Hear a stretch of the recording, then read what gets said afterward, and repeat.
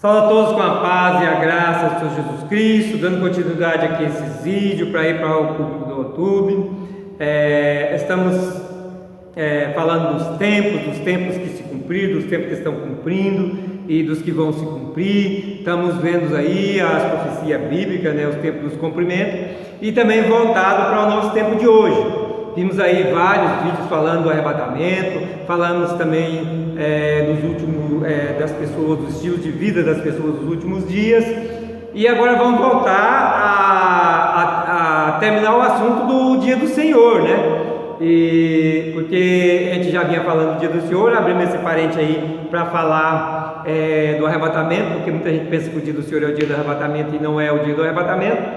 Então a gente vamos ver isso hoje para que nós tenhamos nós venhamos ampliar o nosso conhecimento, o nosso entendimento pela palavra de Deus.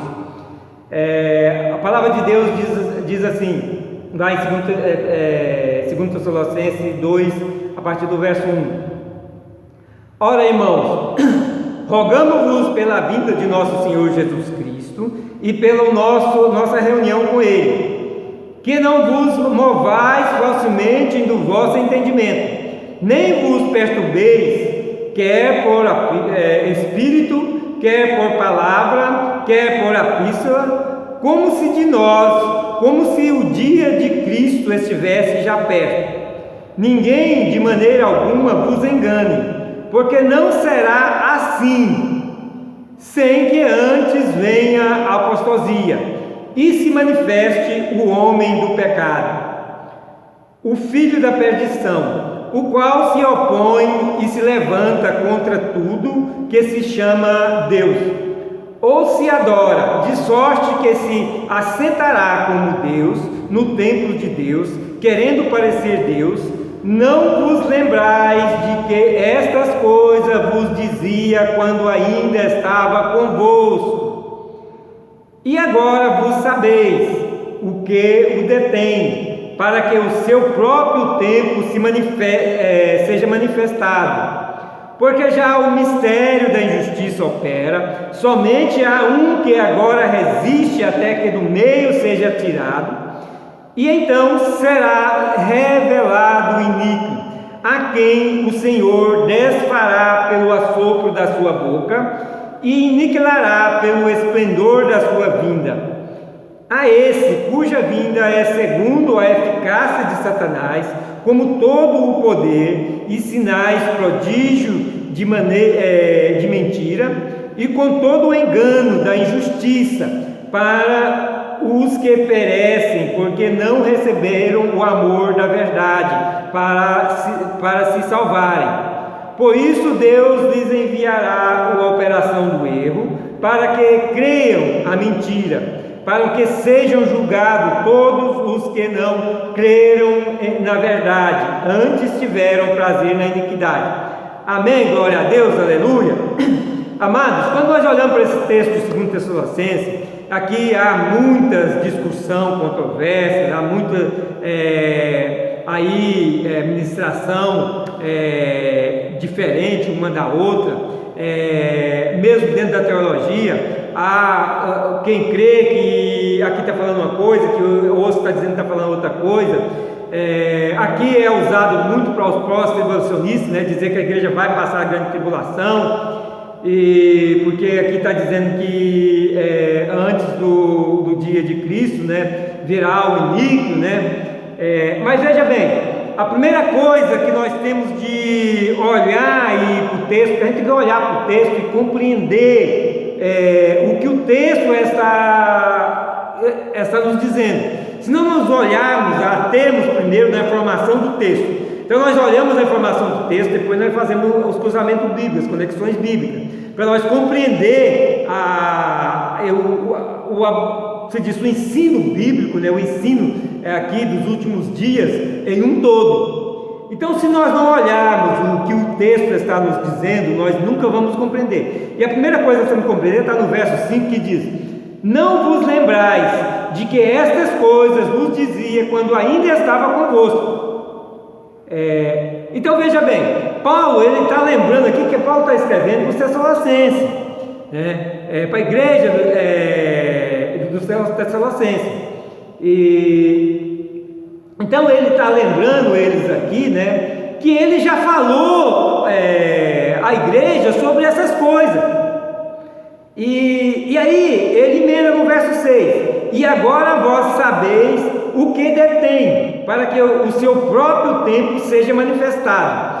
Então veja bem, Paulo está lembrando os Tessalonicenses aqui de algo que ele já ensinou. Como ele já ensinou, ele não está repetindo aqui nesse texto, mas nós não sabemos o que Paulo ensinou lá. Então nós não vamos ter a compreensão devida, porque nós não conhecemos o que o Paulo já tinha ensinado para os Tessalonicenses.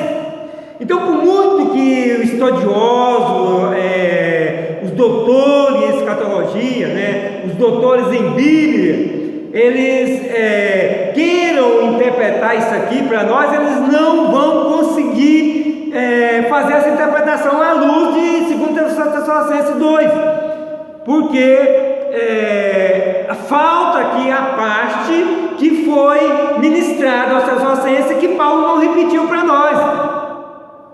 Então não foi escrito aqui o ensino que Paulo já tinha ensinado sobre o dia de Cristo, sobre o dia do Senhor.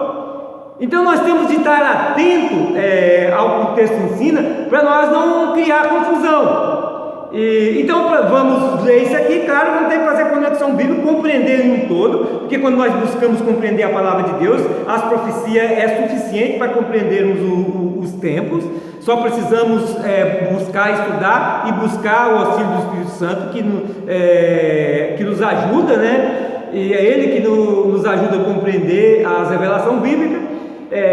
Então, de cara nós já sabemos que nós não vamos ter uma compreensão exata aqui nesse texto, porque aqui falta um pedaço, falta aquilo que seria o mais importante para nós compreender, que é o que Paulo já falou sobre o anticristo, né, para os Tessalonicenses. Ele disse: agora vocês sabem. Por quê? Porque Paulo já explicou para eles. Paulo já tinha ministrado isso para eles, pregado, ensinado isso para eles. E quando nós olhamos aqui, verso 2, né, que diz: que não vos moveis facilmente do vosso entendimento, né? Então ele está se referindo ao entendimento que Paulo já tinha dado a eles, né? Então já começa aqui desde o início dos textos, já chamando a atenção para eles do entendimento que eles já tinham, que Paulo já tinha dado esse entendimento. Nem vos perturbeis, quer por espírito, né? Quer dizer, alguém vir com revelação, com coisa, não perturba com isso. Quer por palavra também, alguém vir com uma palavra, não perturba, porque Paulo já tinha ensinado para eles, ministrado para eles essas coisas. Quer por a pista, se alguém escrever, a pista é carta, se alguém escrever, não perturba, não fica perturbado, porque eles já sabem, Paulo já ensinou a eles, já ministrou isso na vida dele. Como de nós, como se o dia de Cristo estivesse já perto. E aí, quando está falando aqui no dia de Cristo, não está falando no dia do arrebatamento, porque aqui está falando sobre a vida do anticristo. Então, quando está falando aqui no dia de Cristo, está falando no dia do Senhor, porque Cristo é o Senhor. E quando nós vemos o dia do Senhor, nós temos de olhar para a Bíblia e compreender o dia do Senhor. Veja bem o que lá em Amós diz do dia do Senhor. Em Amós 5,16: portanto, assim diz o Senhor, o Deus dos exércitos, o Senhor, em todas as ruas haverá pranto. Está falando do dia do Senhor, viu? Em todas as ruas haverá pranto, e em todas as estrelas, em todas as estradas dirão: ai, ai. E ao lavrador chamarão para choro e para o pranto, e os que roubarem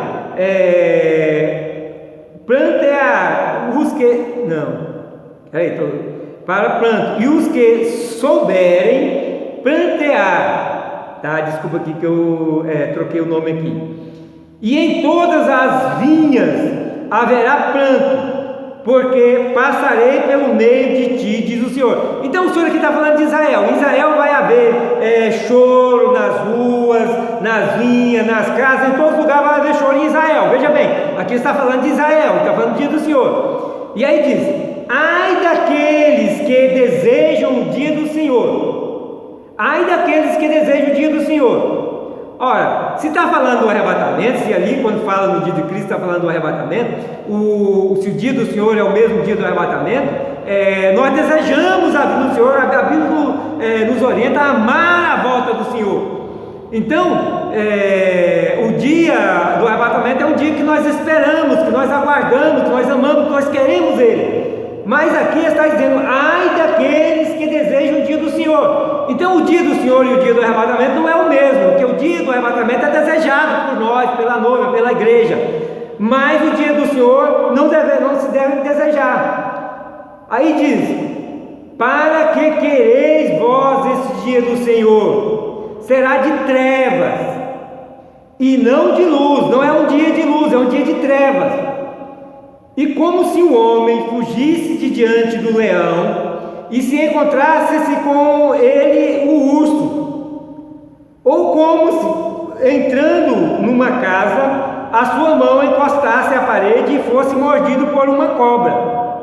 Não será, pois, o dia do Senhor trevas e não luz, e escuridão sem que haja resplendor? Então veja bem, a palavra de Deus está usando aqui Amós para esclarecer bem o que é o dia do Senhor. O dia do Senhor não é um dia desejável para ninguém, porque é um dia de vingança, um dia de dor, um dia de ira derramada sobre o mundo ímpio. Então o dia do Senhor não pode ser confundido com o dia do arrebatamento. Então quando se fala aqui no dia de Cristo, e aí nós temos que entender bem, porque na primeira carta aos Colossenses, Paulo trata muito bem do arrebatamento, né? E ele não trata do iníquo, né? Do anticristo junto com o arrebatamento.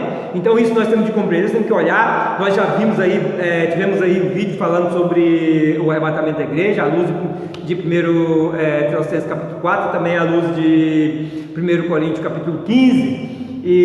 Então a gente vê que nem um momento ali se fala no anticristo. Mas veja bem, aqui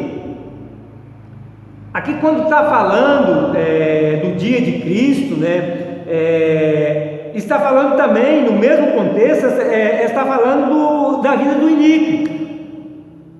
Então esse é o dia de Cristo aqui que Paulo está tratando aqui com os Tessalonicenses, e ele está falando disso sobre uma ministração que ele já tinha ministrado, que os Tessalonicenses já sabiam. Então ele não colocou aqui o que ele já tinha contado, já tinha ensinado, ministrado para os Tessalonicenses.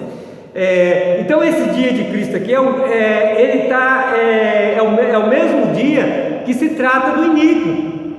Então não pode ser o dia do arrebatamento. O dia do arrebatamento é se tratou lá em 1 Tessalonicenses capítulo 4, se trata lá também em 1 Coríntios capítulo 15, e aqui está tratando dia do Cristo, aqui é o dia do Senhor. É esse dia que não pode ser desejável, um dia que não é desejável, porque é um dia de trevas, um dia de dor, de pranto, de lamentação, um dia de trevas e não de luz, um dia de escuridão. Então é o tempo que Deus está derramando a sua ira sobre as nações ímpias, e Israel também está sendo atingido por isso. Existe uma passagem, não estou lembrado, se veio da minha cabeça agora, mas que Deus diz que não achará Judá como inocente. Então as consequências da grande tribulação vai estar também sobre a nação de Israel.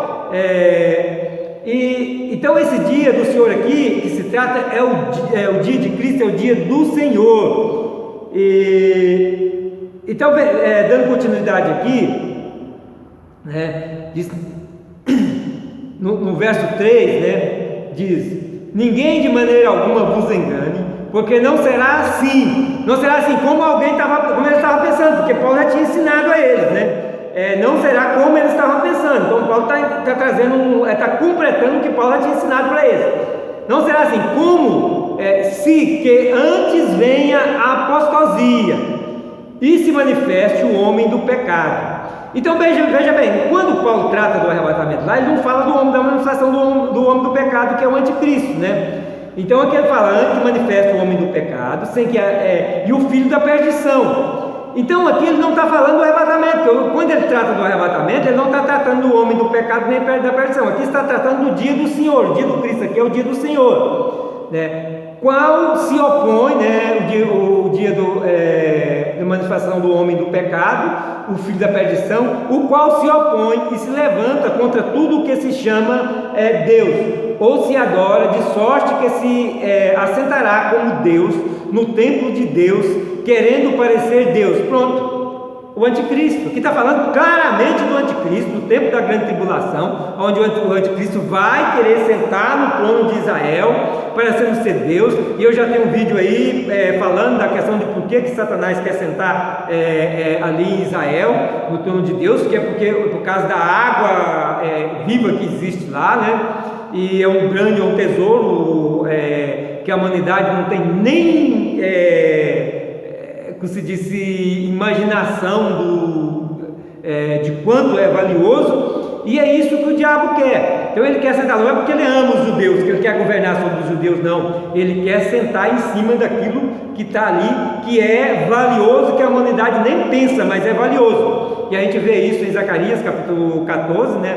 Que quando Jesus Cristo voltar, o Monte das Oliveiras vai fender e vai sair, a gente vê mais completo lá em Ezequiel capítulo 47, aonde vai sair 2 ribeiros, né, de águas vivas, que um vai para um oceano, outro para outro oceano, e vai dar vida aos rios, vai dar vida às terras banhadas pelos rios, vai voltar a ter muito peixe nos rios e muito fruto, porque a guerra ali com o anticristo deve contaminar todos os rios, todos os mares ali. Mas à luz de Zacarias capítulo 13, a gente sabe que 2/3 da terra já foi destruído, só há 1/3 da terra, que é a terra ali de Israel e as proximidades de Israel, que vai permanecer. Isso Zacarias é bem claro, e Apocalipse também é bem claro, no capítulo 8, que 2/3 da terra vai ser destruído. Então, nesse tempo a igreja já foi. Então aqui não está falando de tempo da igreja na terra, não. Esse dia de Cristo aqui está falando do dia que ele vai vir para Israel. E aí nós temos de compreender que entre os primeiros cristãos havia uma grande massa de judeu, né, de israelita, porque Israel, quando foi levado cativo pelos assírios, Israel não voltou do cativeiro, foi espalhado por aquele mundo ali, ali do Oriente Médio todo, ali da Ásia Menor, e todo aquele mundo ali existente. Israel foi espalhado, Judá que não foi espalhado, Judá voltou da Babilônia, né? Porque Cristo precisava nascer, ele é da descendência de Davi, que é judeu, né? Então Cristo precisava vir, Israel precisava voltar, mas Judá precisava voltar, mas Israel foi espalhado, e muitas das pessoas que aceitaram a Jesus Cristo da igreja também são esses israelitas que estavam espalhados no todo, que já conheciam a palavra de Deus e foram alcançados pela palavra de Deus, estavam espalhados aí no mundo, mas também que criaram muito problema para Paulo, querendo que os novos convertidos, né, os cristãos, tivessem o mesmo estilo de vida dos judeus. Então, Paulo, quando ele está dizendo aqui para não se mover nem por epístola, né, nem por espírito, né, nem por palavra, porque no meio da igreja sempre teve pessoas que já conheciam a palavra, que era israelita, mas que não conhecia Cristo. Então, se aceitar Jesus Cristo, mas muitas vezes era o contrário ao novo ensino, porque estava muito apegado ainda à lei, né? E então, a gente olhando, a gente compreendendo a Bíblia um todo, a gente começa a compreender o que Paulo está dizendo aqui, né? Então, nada vai acontecer sem que antes venha a apostasia, né? E hoje nós estamos vivendo aí um caminhar direto para a apostasia. O que é a apostasia? Ser oposto a Deus, ser oposto à palavra de Deus, ser oposto ao ensino de Cristo.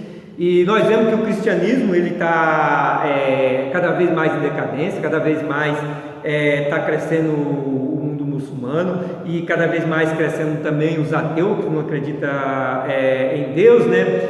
E isso aí está tudo se preparando para depois que a igreja for arrebatada, for levada, que os que crerem, né, em Jesus Cristo, que tiver firme em Jesus Cristo, que for arrebatado, não vão, os que ficarem não vão crer mais em Jesus Cristo, são muito poucos que vão crer. E depois do arrebatamento da igreja, que na grande tribulação, só é salvo os que foram degolados pelo anticristo, os que rejeitaram o sinal da besta foram degolados pelo anticristo. Então vê que a igreja não está mais aqui. Então, quando se trata nesse texto aqui, de 2 Tessalonicenses 2, não está falando do dia do arrebatamento, está falando do dia do Senhor, o dia que o Senhor vai descer, né, que é Jesus Cristo, o Senhor, ele é o Deus de Israel, ele é o Senhor dos exércitos, né? É o que a gente viu bem aqui quando fala que a gente viu no nosso texto aqui de Amós, né? Que diz, portanto, assim diz o Senhor, o Deus dos exércitos, né? Esse é o Senhor de Israel, o Deus de Israel, né? Que é Cristo. Então ele vai vir e vai descer sobre um monte ali das oliveiras, vai botar o pé no monte das oliveiras, então ele vai descer lá primeiro. Então esse é o dia do Senhor, o dia do Cristo, né? O dia que ele está descendo nessa terra, porque ele vai vir aos ares, no encontro com a igreja nos ares, ele não vai botar os pés nessa terra. Aí depois das bodas do Cordeiro, a gente vê lá em Apocalipse capítulo 19, que então ele desce para guerrear contra o anticristo, ele vence o anticristo, né? E estabelece o reino milenário. Então, olhando nós para a palavra de Deus em um todo, a gente começa a compreender essas coisas, né? E no verso 8 diz, né? E então será revelado o iníquo, a quem o Senhor desfará pelo sopro da sua boca e aniquilará pelo esplendor da sua vinda. Então veja bem, vamos fazer uma conexão bíblica para nós compreender uma coisa. Porque quando a gente olha para a Bíblia, a gente está olhando para esse texto. Então aqui, se nós pensarmos que aqui está falando do dia do arrebatamento, nós vamos ter contradição na palavra de Deus. Porque veja bem, a quem o Senhor desfará pelo sopro da sua boca e aniquilará pelo esplendor da sua vinda. Olha bem, Apocalipse 19, a partir do verso 19, diz assim: e vi a besta e os reis da terra e os seus exércitos reunidos para fazerem guerra àquele que estava sentado sobre o cavalo e o seu exército. Esse é o verso 19. Então ele viu a besta. O que a besta é? O iníquo, é o diabo, né? E o que Paulo está dizendo aqui? Ele está dizendo que é a manifestação do iníquo, né? Que a seu tempo virá, né? Da besta. O Paulo está falando da besta. E aqui, Apocalipse 19 está falando também da besta. E no verso 20 diz: e a besta foi presa, e com ele o falso profeta, que diante dela fizera os sinais com que enganou os que receberam o sinal da besta e adoraram a sua imagem. Estes dois foram lançados vivos no lago de fogo, que ardem com enxofre, e os demais foram mortos com a espada que sai da boca do que estava sentado sobre o cavalo, e todas as aves se afartaram com as suas carnes. Então veja bem, amados, no capítulo 19, depois da boda do Cordeiro, que acontece as bodas ali, é bem claro, acontece as bodas ali. Então depois das bodas, Jesus ele desce com seus exércitos, né, sobre a terra. E então ele pega a besta e prende, a besta e o falso profeta, e prende, lança no lago de fogo, né? E os outros, o resto, quer dizer, os soldados, os homens que guerreavam junto com a besta contra Cristo, eles morrem, né? Eles foram mortos com a espada que sai da boca de Deus, que é a palavra de Deus, né? E veja bem o que Paulo está dizendo, né? E então será revelado o iníquo, né? A quem o Senhor desfará pelo sopro da sua boca e aniquilará pelo esplendor da sua vinda. Então veja bem, pelo sopro da boca de Deus, o iníquo será aniquilado. A gente sabemos que a besta, né, que é o iníquo, né, e o falso profeta vai ser lançado no lago de fogo, eles não vão morrer. E aí Satanás vai ser preso por um pouco de tempo. E eu não sei se só eu tive esse pensamento, esse pensamento de perguntar a Deus, né? Eu tinha muita vontade de saber por que Deus não destruiu logo o diabo, Satanás, antes que eles causassem tanto mal na terra. E aí em oração o Senhor me disse um dia, muito claro, que o plano de Deus nunca foi destruir o diabo, mas sim aniquilar, porque um abismo leva a outro abismo. Nós temos que ver que as ações de Deus estão sob o olhar dos céus. Satanás, ele arrastou um terço das estrelas do céu, um terço dos anjos com ele. Ele convenceu um terço dos anjos que ele era melhor do que Deus estava errado. Então só depois que Jesus Cristo veio, provou que Deus está certo, que o homem podia se recuperar, ser salvo, né? E que o diabo foi expulso do céu, mas até a morte e a ressurreição de Jesus Cristo, a vitória de Jesus Cristo que ele conquistou para nós, o diabo tinha acesso ainda ao céu. E o plano de Deus foi toda a vida aniquilar e não destruir. E quando nós vemos aqui Paulo dizendo que será aniquilado, não será morto, será aniquilado com o sopro de sua boca, né? Isso é, com sua palavra, né? E em Apocalipse capítulo 19 está dizendo que a besta e o falso profeta foram lançados no lago de fogo, e os outros que guerreavam ao lado do falso profeta e da besta, foram mortos com a espada que saía da boca de Deus. Veja, nós não estamos vendo a mesma coisa, sopro com espada. A gente vê lá no início de Apocalipse, uma espada de 2 gumes saindo da boca de Jesus. Isso é a palavra. Quando fala na espada, está falando da palavra. Quando fala aqui que pela espada que saía da boca de Deus, aqui os que acompanhavam a besta e o falso profeta foram mortos, está falando da palavra, porque todas as coisas foram criadas em Cristo. 1 Tessalonicenses capítulo 1, verso 16, todas as coisas foram criadas nele, por ele e para ele. Nós somos criados em Cristo, e Cristo é a palavra, então nós somos criados pela palavra, e pela palavra de Jesus tudo se cumpre. Então basta Jesus só dizer uma palavra e as coisas se cumprem. Jesus mandou, pela palavra dele foi preso o falso profeta e a besta, e todos os outros pela palavra dele morreram, todos que acompanhavam Jesus, ali a besta. Por que a besta e o falso profeta não morreram? Porque eles já são julgados. A besta veio sob a eficácia de Satanás. A besta é um homem que tem o espírito das trevas, o espírito de Satanás na vida dele. Isso já foi julgado. O falso profeta também é a mesma coisa, já foi julgado. Esses já são julgados e condenados, então já são lançados no lago de fogo. A gente tem que olhar a Bíblia e compreender. Lá no capítulo 20 é bem claro, né, que todos que tinham morrido, os que estavam no mar, os que estavam no inferno deu os seus, o mar deu os seus, a morte deu os seus, então todos ressuscitaram e foram julgados diante do trono branco. E os que não acharam escrito no livro da vida foi lançado no lago de fogo. Então o que acontece? O povo, o ser humano que tinham acompanhado a besta, eles ainda não tinham sido julgados. Então eles foram mortos para ressuscitar ali no último dia, no dia do trono branco, e ser julgado. Então só depois de julgado é feito o lago de fogo, é o lugar da execução da condenação.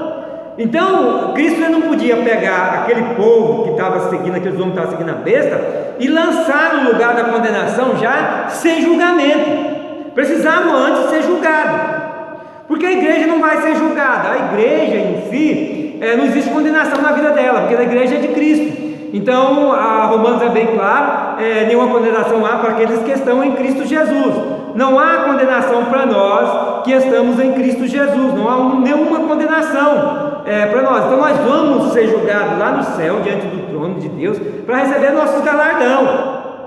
Mas quem não participar da primeira ressurreição, que é a ressurreição de Cristo, que começa lá, eu já falei muito isso, mas a gente tem que continuar batendo, porque muita gente olha para ali, acha que a primeira ressurreição é só daqueles que foram degolados ali, que revive ali, que é no capítulo 20 de Apocalipse, que diz que rever essa é a primeira ressurreição. A primeira ressurreição começou lá quando da morte da ressurreição de Jesus Cristo, que ele muitos ressuscitaram, então começou ali. Depois acontece no tempo do arrebatamento da igreja, que os que morreram em Cristo ressuscitarão, e as bodas do Cordeiro acontecem ali no capítulo 19, antes do capítulo 20, antes dos eventos do capítulo 20. Então, se nós acharmos que a igreja só vai ser arrebatada ali depois que acontecer a grande tribulação, no início do capítulo 20, no início do reino milenário de Jesus Cristo, não há arrebatamento, porque Cristo já desceu. Aqueles que morreram ali, eles não são arrebatados, eles já reviveram e ficaram já com Cristo. Junto com a igreja, porque a noiva desce a esposa desce com o esposo, porque já houve o casamento é bem claro lá no capítulo 19, porque se nós acharmos que a igreja vai passar a grande tribulação, então com quem foi que Cristo casou ali no capítulo 19? Cristo já tinha outra noiva, já tinha outro povo, já tinha outra igreja para Cristo casar? Não, Cristo é fiel, a noiva dele é a igreja. Então houve a boda do Cordeiro, a igreja já está no céu. Capítulo 19, houve a boda, a igreja já está no céu. Então, a igreja já foi. Então, esses que morrem ali, com a espada saindo da boca de Deus, da boca de Cristo ali, eles tinham de morrer porque eles precisavam ainda passar pelo julgamento. Então, vem a ressurreição ali no último dia. Depois, esses não é mais ressurreição em Cristo, né? Os que ressuscitaram em Cristo já estão com Ele. Então, essa é a ressurreição que é o mar que está dando, é a terra que está dando, não sei se é o inferno que está dando, que é os que foram sepultados, a terra, né, que está dando. Então, esses vão ressuscitar para o julgamento. E vão ser julgados segundo o que está escrito nos livros. E só depois de julgado, que então é confirmada a condenação, eles são lançados no lago de fogo. Mas a besta não, a besta, o falso profeta, não foi poupado de nada, porque eles já são julgados, porque eles estão sob a eficácia de Satanás. Eles estão, o espírito da besta é o espírito das trevas, o espírito maligno, dado por Satanás, né? E então a besta e o falso profeta já são julgados, condenados, e são lançados direto na condenação, porque eles já foram no lugar que é o lago de fogo. Os outros morreram pela palavra, porque eles ressuscitarão para ter julgamento. Só depois do julgamento serão lançados no lago de fogo os que não estão escritos no livro da vida. E quando nós olhamos Paulo dizendo aqui que o iníquo será aniquilado, né? Porque ele não morreu, ele será aniquilado. O que é aniquilado? Porque ele tinha um exército com ele tinha um poder com ele, tinha um exército imenso de muitos homens com ele, muitos soldados com ele.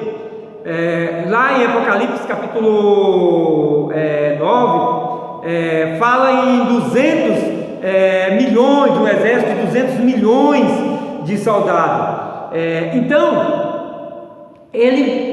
todos esses soldados morreram. Só ficou o anticristo e o falso profeta, que é preso e lançado no lago de fogo. Então houve uma aniquilação do poderio da besta. A besta foi aniquilada em seu poder.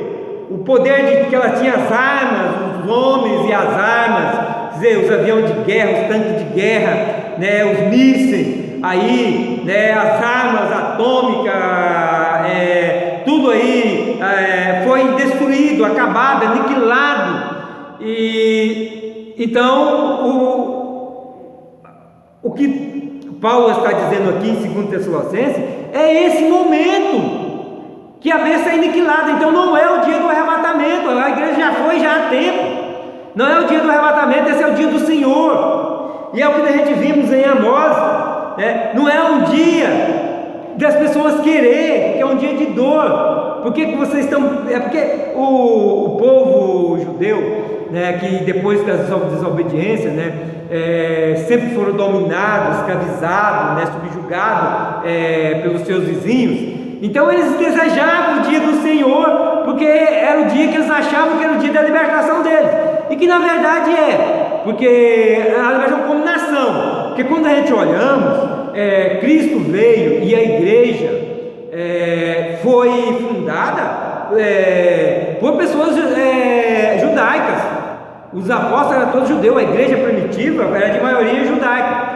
Então, só então, quando Cristo levantou Paulo, né, e deu a missão a Paulo a pregar aos gentios, foi que os gentios foram também se convertendo, se tornando igreja de Jesus Cristo, que é o que nós temos hoje, né? Nós somos resultado da obra da evangelização de Paulo, né, que chegou até nós. Então, claro que muitos cristãos, e até hoje existem as igrejas, né, judaica cristã, né, e que acreditam em Cristo, que é em Cristo como o seu Salvador, né?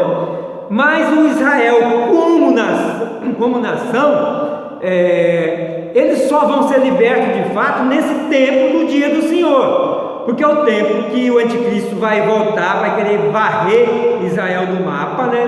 E aí é o tempo que Jesus vai voltar e eles vão clamar por Jesus, né? Como o Salvador deles. E Jesus vai vir e vai prender, vai aniquilar a besta e o falso profeta, vai lançar eles no lago de fogo, vai prender Satanás por 1000 anos, e vai reinar 1000 anos no reino de paz. Então, nós vamos falar ainda do reino milenar de Cristo, né? Mas nós estamos falando do dia do Senhor. Então, nós temos que compreender, olhando para a palavra de Deus, olhando o que os textos estão nos falando, né, e fazendo as condições bíblicas para que nós compreendamos a Bíblia um todo. Então, olhando aqui 2 Tessalonicenses 2, né, à luz de Apocalipse 19, à luz de Amós, né, nós compreendemos que o dia de Cristo está dizendo que é o dia do Senhor. O dia do Senhor não é o dia do arrebatamento, isso fica bem claro. E aí vamos ampliar o nosso entendimento, vendo mais alguns textos que vai ampliar o nosso conhecimento. Em Zacarias 12:1 diz: peso da palavra do Senhor sobre Israel, fala o Senhor, o que estende os céus e que funda a terra, e que forma o espírito do homem dentro dele. Eis que eu farei de Jerusalém um corpo de tremor para todos os povos em redor, e também para Judá durante o cerco contra Jerusalém. E acontecerá naquele dia que farei de Jerusalém uma pedra pesada para todos os povos, todos os que a carregarem certamente serão despedaçados, e ajuntar-se-ão contra ela e todo o povo de Israel. Então veja bem aqui também se trata desse tempo do dia do Senhor, aonde Jesus vai fazer Jerusalém um lugar pesado para todo o povo daquele tempo, né, desse tempo que é o tempo do dia do Senhor, o tempo da grande tribulação, né, porque nós, igreja, não estamos mais aqui. E aí vale lembrar, amados, que 2/3 da terra já foi destruído, tanto em Zacarias capítulo 13, como em Apocalipse capítulo 8. Nós vamos estar atentos a isso. Apocalipse capítulo 8, 1/3 dessa terra vai queimar. Isso já aconteceu quando está falando do dia do Senhor. Então, quem não foi arrebatado, ficou para trás, vai ser queimado, no que tiver num terço desse da terra que vai ser queimado. E claro que são uma região que está distante de Israel, nós estamos muito distante de Israel, é bem fácil que essas Américas aqui seja tudo queimado, o Brasil, a América aí central, às vezes até a América do Norte, seja queimado, seja esteja nesse terço que seja queimado. Então quem estiver nessa região que vai ser queimada e não for arrebatado, não tiver salvo em Cristo Jesus, ficar para trás, vai ser queimado. E aí depois vai ressuscitar no último dia, não participa da primeira ressurreição de Cristo, vai ressuscitar no último dia, que a morte vai dar todos os que morreram, né? E vai ser julgado. O que não achou escrito no livro da vida vai ser lançado no lago de fogo. Isso é a condenação terrível que a gente não deve desejar para ninguém. E aí só resta esse tempo desse dia final, só resta um terço da terra, que é onde lá em Zacarias diz que é passado como pelo fogo, né? Então é esse tempo de angústia aqui do dia do Senhor que está se cumprindo, e nesse tempo Jerusalém se tornará uma pedra pesada para todas as nações, porque Cristo vai descer sobre Jerusalém, e Cristo ele vai dominar todo os governos daquele tempo, os reis daquele tempo vai ser dominado por Cristo. E aí, claro, Cristo vai governar sobre a terra. A gente não sabe se toda a terra vai voltar a povoar, mas olhando para Apocalipse capítulo 20, aparece ali que quando Satanás é solto, ele sai a aliciar as nações, e ele arruma um número como areia do mar para ir contra ali o acampamento do santo, que é a igreja, né? E a gente vai falar disso mais na frente, e contra Jerusalém. E então a gente vê que Satanás, eu gostei de compreender isso, porque que tanta gente ainda deixa se enganar por Satanás, e existe uma explicação lógica na própria palavra de Deus, né? Porque mesmo estando num reino justo, né, que é o reino de Cristo, num reino que é de vida, mas há uma vontade muito grande de voltar a essa libertinagem que há hoje, viu? E hoje nós estamos vendo aí uma libertinagem, uma pregação contra os princípios da Bíblia, contra os princípios de Deus. E a gente vê que cada vez mais o povo anseia por estar nesse meio aí intelectual que está governando esse tempo de hoje, pregando aí liberdade e achando que os princípios bíblicos reprimem a liberdade, e então assim dissimuladamente estão combatendo os princípios bíblicos. Isso nós temos que tomar cuidado, porque o estilo de vida que está sendo implantado por esses intelectuais que se governam hoje é um estilo de vida contrário aos princípios bíblicos. Viu? E nós, como conhecedores da Bíblia, nós não podemos abrir mão, afastar do nosso estilo de vida, que é o Evangelho de Jesus Cristo. Então, dando continuidade aqui, para a gente ampliar mais o nosso conhecimento, Isaías 9,19 diz: por causa da ira do Senhor dos exércitos, a terra se escurecerá, e será o povo como combustível para fogo, ninguém poupará o seu irmão. Olha, por causa da ira do Senhor. Então a ira do Senhor é derramada no dia do Senhor. Então os homens vão queimar como combustível. Aqui está falando de guerra terrível, viu? Quando nós vemos ali em Apocalipse que os seguidores do anticristo, né, vão morrer pela palavra que sai da boca de Deus, não fala como eles vão morrer, mas essa é uma forma de que provavelmente eles vão morrer queimados como combustível. É bem provável que seja assim. Lá em Apocalipse não está dizendo, mas aqui em Isaías 9,19 está dizendo, né? A terra se escurecerá e será o povo como combustível para fogo, ninguém poupará o seu irmão. Então a matança vai ser terrível.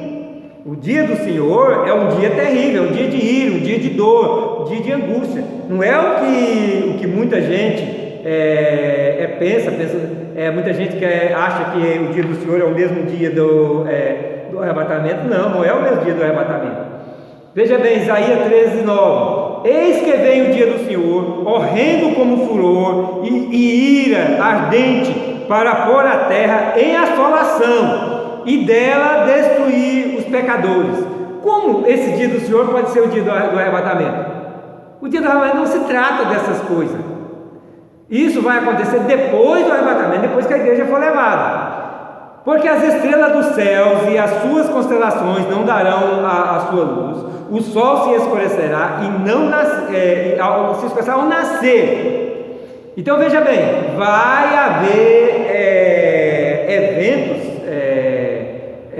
aí celestiais acontecendo. A gente vê ali na quarta trombeta, quando toca a quarta trombeta do Apocalipse, que o céu escurece. O evento da quarta trombeta não é na terra, já é nos céus, ali nesse céu que nós vemos aí. Então o céu se escurece, né? E aqui está dizendo que a lua não dá mais a luz, o sol escurece, a lua não dá mais não resplandece mais, né?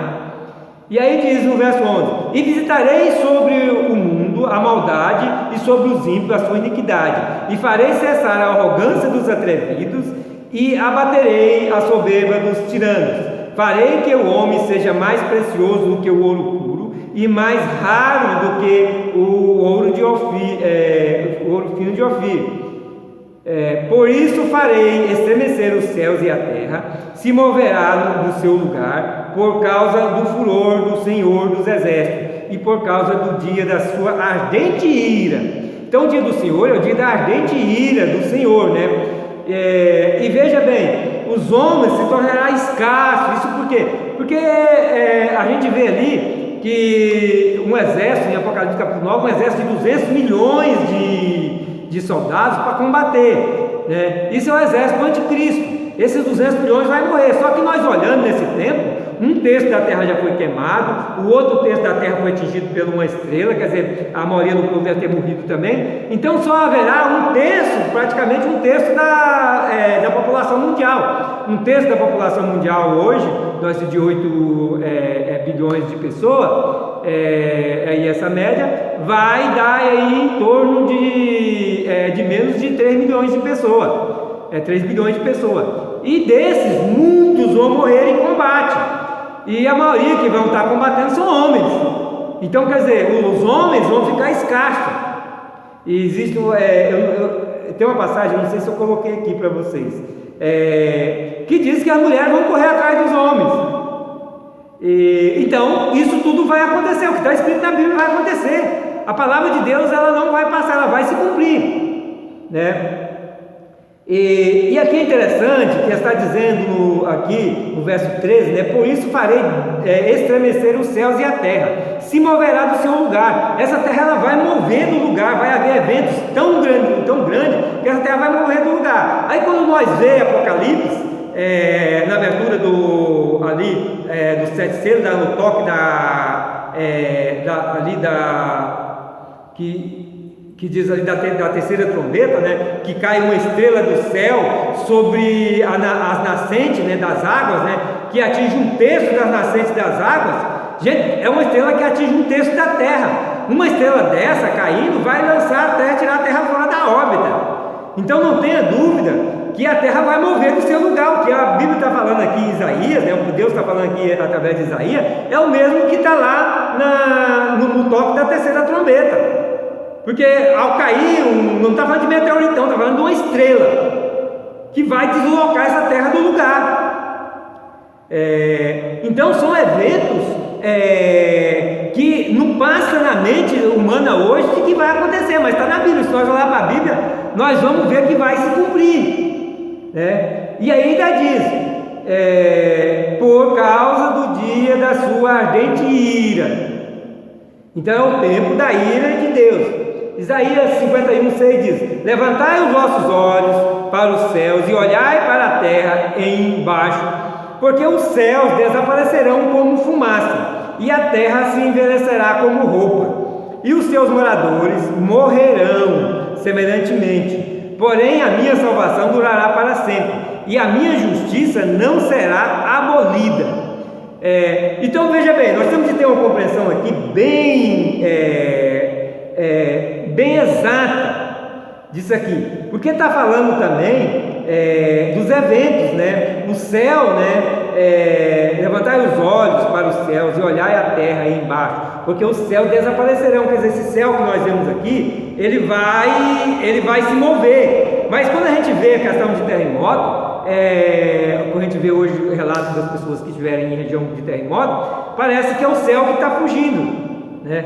Então a gente vê que essas coisas vão acontecer. Mas também, a gente olhando para o nosso texto anterior aqui de Isaías 13, do 9 em diante, a gente vê que a terra vai deslocar do lugar. Então se a terra vai deslocar do lugar, o céu também vai fugir. Se você nós conhecendo, vai fugir da presença das pessoas, né?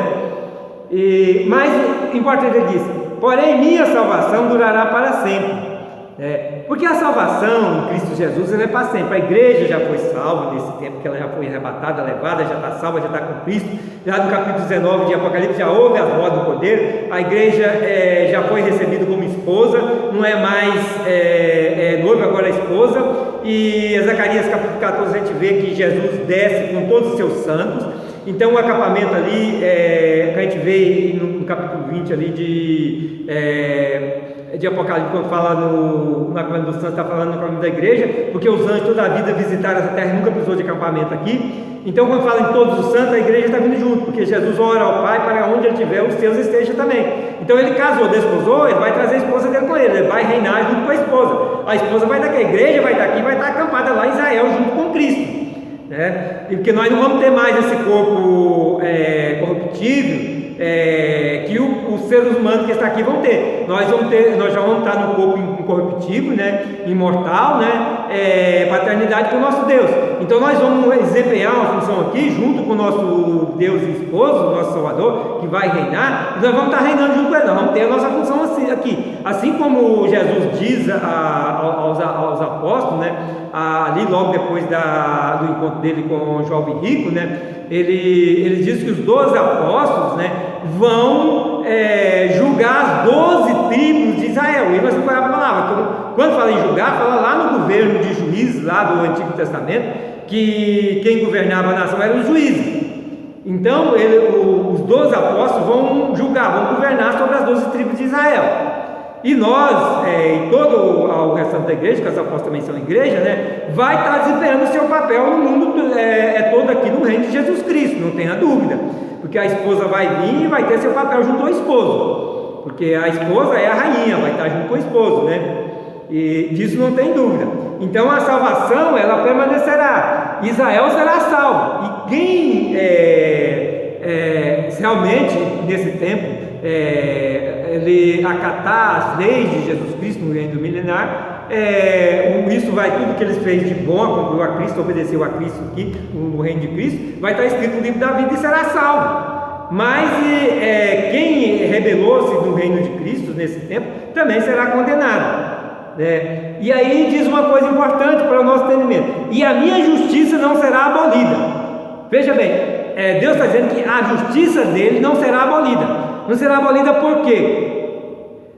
Porque Deus é justo, a palavra dele se cumpre. Deus, quando disse para o homem lá ainda no jardim do Éden, que se pecasse morreria, se transgredisse, desobedecesse, comesse da árvore do conhecimento do bem e do mal, da ciência do bem e do mal, morreria, então a palavra de Deus se cumpriu na vida do homem. Jesus veio para resgatar. Então Deus é justo. O que pecou, ele vai responder os seus pecados. E nós não respondemos pelo nosso pecado, porque Cristo, sendo Deus, ele veio, se fez carne, pagou o preço por nós, e ele não caiu para Satanás, ele não pecou, ele é santo, é justo, e pagou o preço por nós, ressuscitou, subiu ao céu, está à direita do Pai. Então, todo mundo que está em Cristo está justificado em Cristo, essa é a justificação. Então não há condenação para quem está em Cristo, porque já foi justificado nele que é justo. Então isso é justiça. Nós somos salvos em Cristo Jesus, porque nós somos feitos justiça em Cristo. Então Deus é justo, a justiça de Jesus, a justiça de Deus não será abolida. Jesus é Deus, a justiça dele não será abolida. Quem não tiver em Cristo está na condenação e será julgado pelo que ele fez, porque a justiça ela não é abolida. Nós somos salvos em Cristo Jesus pela justiça que há em Cristo Jesus, nós somos justificados nele. Então isso tem que estar bem no nosso entendimento, na nossa vida, para que o nosso estilo de vida seja o estilo de vida de Cristo, que nos ensinou, o seu Evangelho,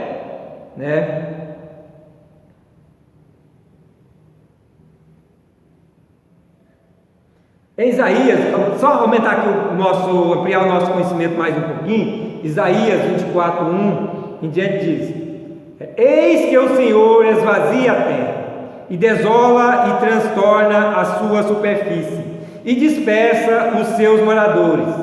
E o que suceder ao povo, assim sucederá ao sacerdote, e ao servo como ao seu senhor, e à serva como à sua senhora. e ao comprador como ao vereador, e ao que empresta como ao que toma emprestado, e ao que dá usura como ao que se paga usura.